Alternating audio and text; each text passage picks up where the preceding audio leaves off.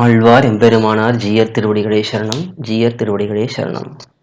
The Acharya and then the Sishya or the disciple relationship, which helps a disciple or Sishya realize paramAthma.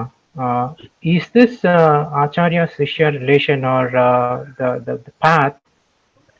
Is this the only path to realize paramAthma, or this is one of the many paths? Because the reason why I ask this is when we say Acharya, I also understand that even Sriman Narayana is considered as our first Acharya, and Mahalakshmi Ayar could be considered as our second Acharya. Right.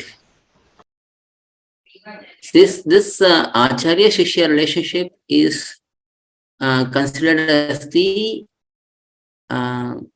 most important way to realize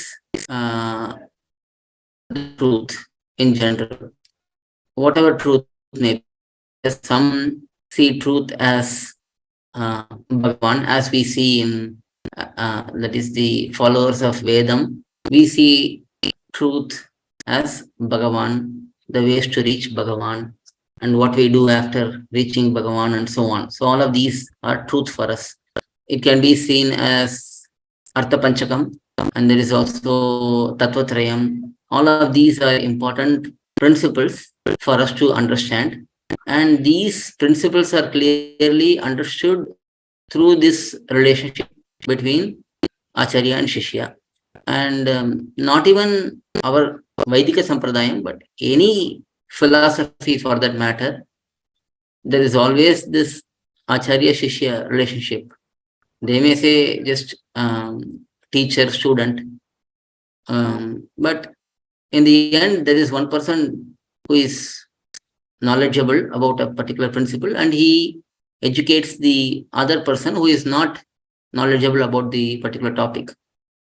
So this is the easiest way of acquiring knowledge. That is why we see so many schools, colleges. In the olden days, there were patashalas. Now we have schools and colleges where a teacher teaches the student to make the student understand the principles. Otherwise, individual can just study books and learn as well. But better than learning from a book, learning through a teacher is always considered easier methodology for acquiring knowledge. That is why it is prevalent.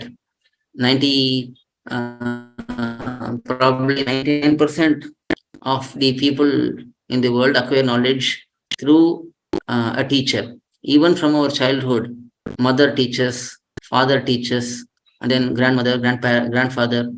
So many people teach individuals right from childhood, and that is how people acquire knowledge. Now, in our Sampradayam, realizing Bhagavan, reaching Bhagavan can be done through many different ways.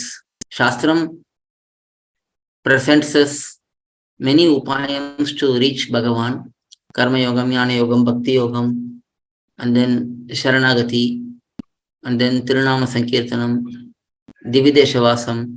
So many different upayams are explained in Shastram. These upayams or means or ways are to reach Bhagavan ultimately. Now, in each of these methods, there is a lot of actions involved. There is a lot of responsibility in the individual side.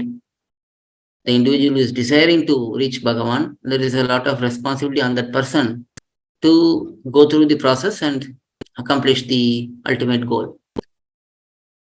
In the among these paths or means or ways, one path is standing out.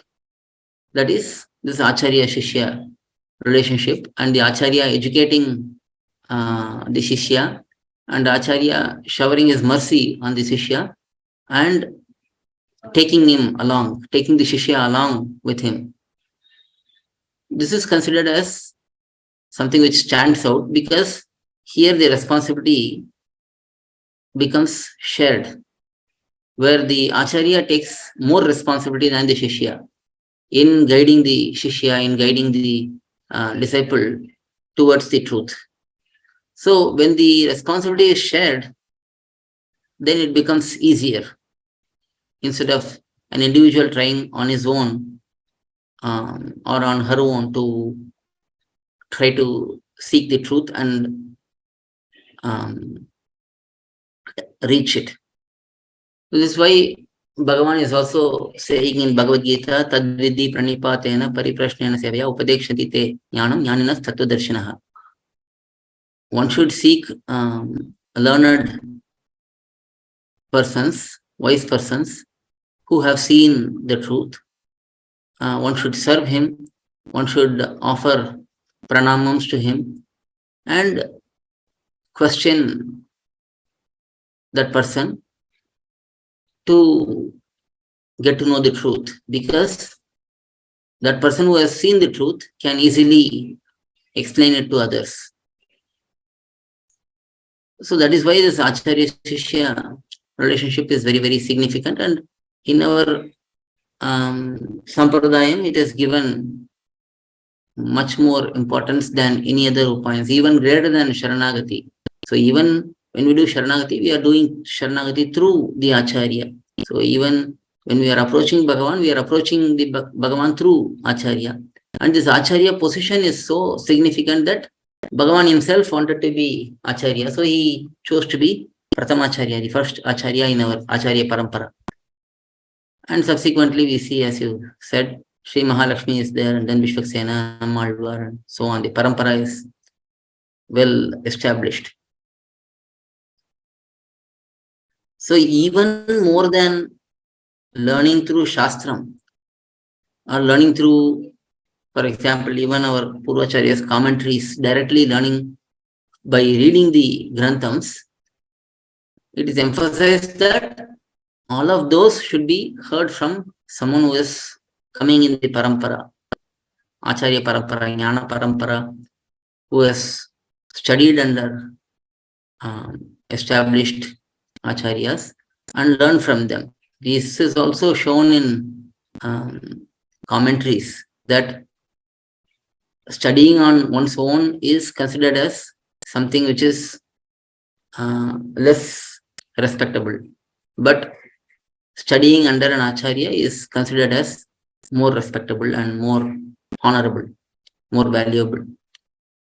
So that is the principle of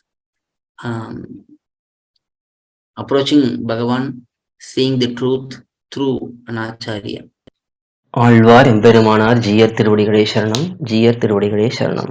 To learn such valuable information about our Sri Vaishnava Sampradaya, please download KOYIL, KOYIL app from Google Play Store or Apple App Store. Our website is koyil.org, KOYIL.org.